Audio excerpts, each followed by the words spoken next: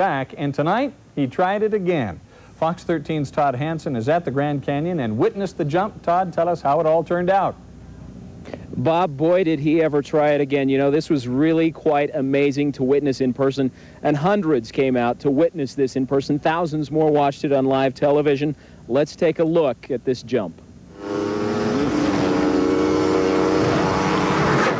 Yes!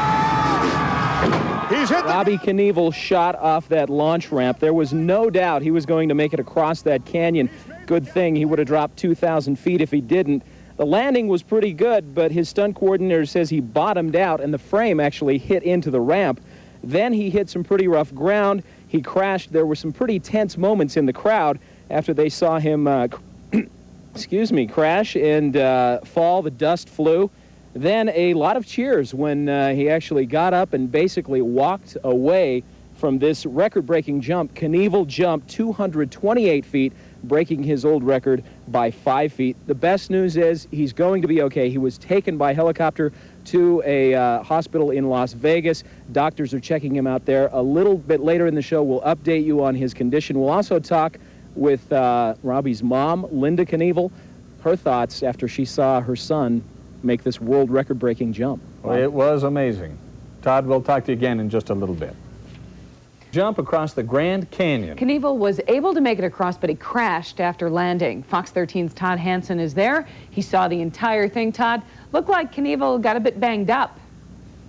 Yeah, he really did. We'll talk about that in a minute, but first thing, about all I can say is wow. I mean, this was amazing to see in person. I don't know if television did this justice. When he went off that launch ramp, we all knew that he was going to make it across that canyon. He set a world record at 228 feet, and yes, he got banged up on the landing. Here are some of the emotions from fans, friends, and family.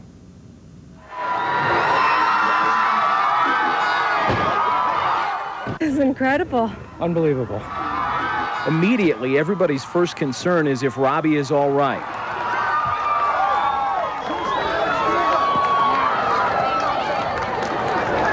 He's getting up. He's up.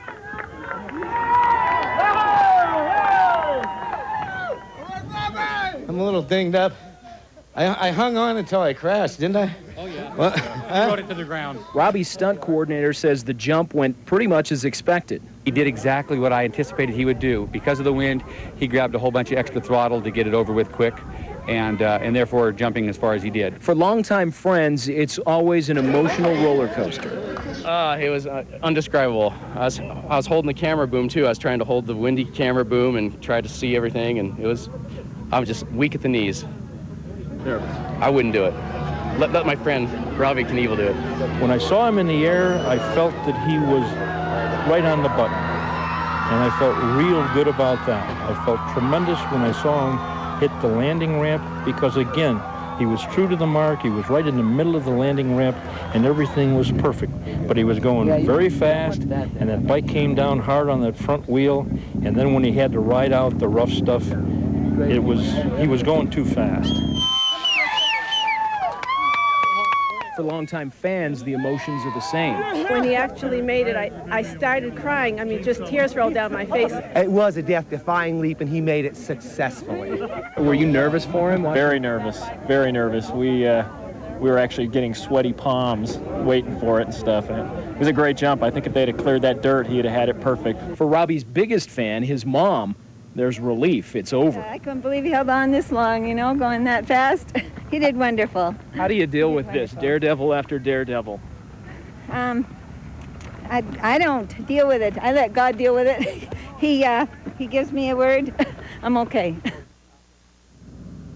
Now, you saw Robbie Knievel. He got up after this with a little help, walked up the ramp, talked to fans.